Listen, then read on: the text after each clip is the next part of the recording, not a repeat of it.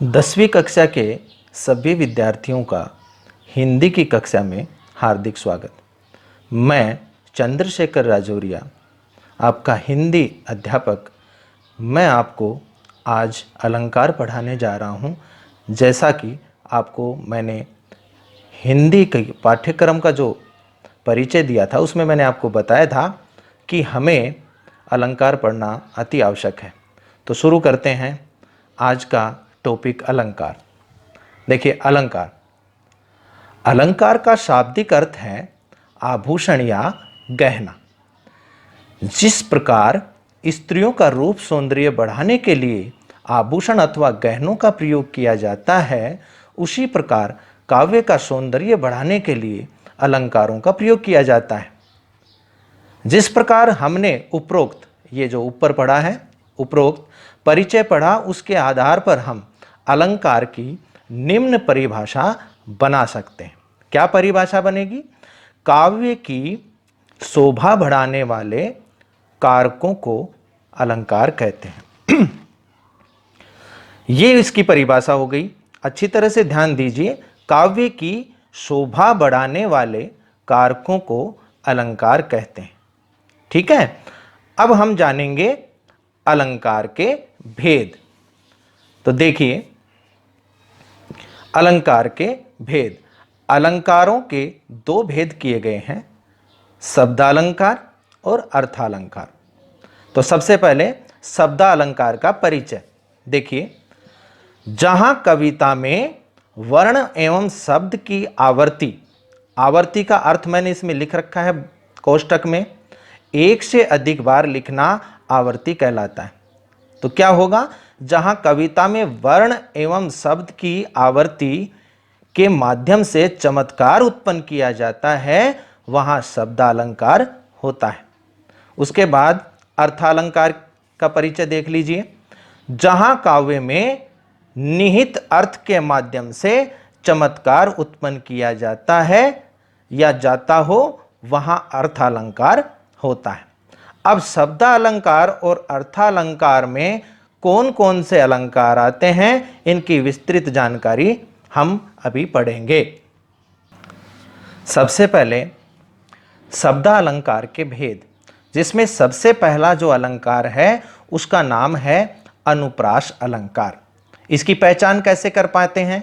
देखिए, इसकी परिभाषा में देखिए।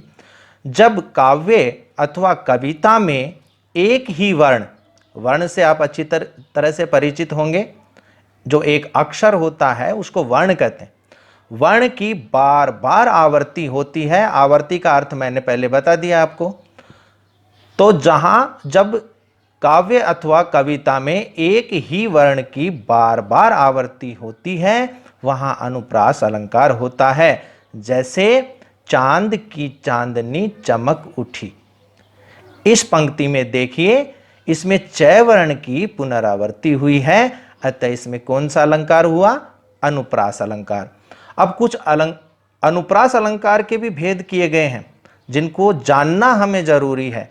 हालांकि जब हम व्याख्या करते हैं और उसमें जब विशेष लिखते हैं, तो हमें अनुप्रास अलंकार का कोई भी भेद जो है उसमें हमें प्राप्त हो जाता है, तो हम उसमें अनुप्रास अलंकार ही लिखते हैं। लेकिन हमें अगर अनुप्रास अलंकार के सभी भेदों की जानकारी हो जाती है, तो अनुप्रास अलंकार की पहचान हमारे लिए बड़ी ही आसान हो जाती है। तो देखिए, सबसे पहले अनुप्रास अलंकार का जो भेद होता है उसका नाम है छेकानुप्रास। छेकानुप्रास की पहचान कैसे होती है?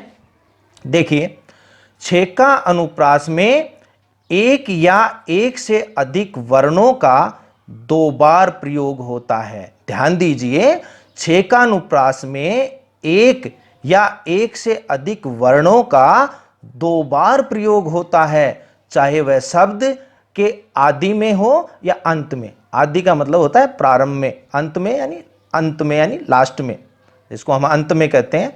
प्रारंभ में या अंत में, आदि का मतलब प्रारंभ ही होता है। जैसे गिर गई मेरी छोटी सी कुटी, गिर गई मेरी छोटी सी कुटी या छोटी कुटी। तो इसमें देखिए, टी जो वर्ण है, इनका जो है अंत में पुनरावृत्ति हुई है, अतः ये 6 का अनुप्रास है और 2 बार हुई है। इसमें देखिए, इस करुणा कलित हृदय में, तो इस करुणा कलित हृदय में देखिए, करुणा और कलित में जो क वर्ण है इसकी पुनरावृत्ति हुई है, 2 बार हुई है, अतः इसमें 6 का अनुप्रास है। ठीक है, अब हम आगे चलते हैं। जो अनुप्रास अलंकार का अगला भेद है उसका नाम है वृत्तानुप्रास। वृत्तानुप्रास की पहचान हम जानेंगे। वृत्ति के अनुसार जहां एक या अनेक वर्णों की आवृत्ति 3 या अधिक बार होती है वहां वृत्तानुप्रास होता है। जैसे उदाहरण देखिए, चारु चंद्र की चंचल किरणें खेल रही हैं जल थल में। इसमें च वर्ण की आवृत्ति 3 बार हुई है। च वर्ण की आवृत्ति 3 बार हुई है, अतः यहां पर वृत्तानुप्रास है। अगला देखिए, उदाहरण दूसरा, मान में न गान में न सुधा रस पान में, जल में न थल में न गिरी में न गगन में। इसमें न वर्ण की आवृत्ति अनेक बार हुई है, इसलिए इसमें वृत्तानुप्रास है। ठीक है, अभी आपने अनुप्रास अलंकार के 2 भेदों की जानकारी प्राप्त की। इसके कुल 4 भेद होते हैं, 2 भेद अब और जानेंगे। हाँ, अनुप्रास अलंकार का तीसरा भेद है श्रुत्यानुप्रास। श्रुत्या का मतलब होता है सुनने पर, श्रुति यानी सुनना, सुनकर। तो देखिए, इसका परिचय कैसे होगा, इसकी पहचान कैसे होगी, इसकी जानकारी हम प्राप्त करेंगे। जब श्रुति की आवृत्ति हो, अर्थात कंठ, तालु, मूर्धा, दंत एवं ओष्ठ आदि स्थानों से उच्चारित होने वाले बहुत से वर्णों का प्रयोग हो, तब श्रुत्यानुप्रास होता है। उसे सुनने में प्रियकर अनुप्रास भी कहते हैं। ठीक है, जैसे उदाहरण देखिए, तुलसीदास सी दस निस दिन देखत तुम्हारी निठुराई। इसमें देखो तय, ठीक है, स, द और न, मैंने यहां अंडरलाइन कर रखा है इनको। ये वर्ण जो हैं ये दांतों से उच्चारित होने वाले हैं और इनकी आवृत्ति हो रही है, इसलिए यहां श्रुत्यानुप्रास है। यहां भी अनुप्रास अलंकार है, और अनुप्रास अलंकार का कौन सा भाग है, श्रुत्यानुप्रास। उसके बाद अंतिम जो भाग है अनुप्रास का, उसका नाम है, देखो, अंत्यानुप्रास। अंत्यानुप्रास, इसका परिचय देखिए, छंद या पंक्ति के अंतिम स्वरों या वर्णों की समानता को अंत्यानुप्रास कहते हैं, जिसको तुकबंदी भी कहा जाता है, कि जो अंतिम जो शब्द होते हैं वो पंक्तियों में एक जैसे लगते हैं, सुनने में एक जैसी मात्राएं होती हैं, उसको तुकबंदी कहते हैं। इस देखो, इसमें लिख रखा है मैंने, इसमें वर्णों की समानता या तुकबंदी का रूप मिलता है, इसे तुकांत भी कहते हैं।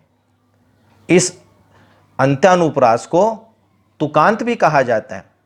ठीक है, ये इसका वर्णन हो गया।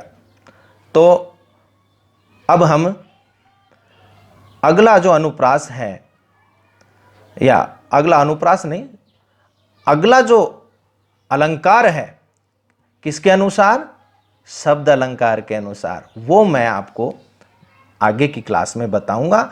आज सिर्फ आपका अनुप्रास अलंकार तक ही आपको पढ़ना है, और इसकी मैं PDF फाइल भी जो है अपलोड कर दूंगा, तो सभी बच्चे ये सारे नोट्स जो हैं अपने नोटबुक में उतार लें, जो आप आगे आकर के आपको काम आएंगे, और जब आप क्लास में आएंगे व्याख्या करने में या पढ़ने में आपको सुविधा होगी। धन्यवाद।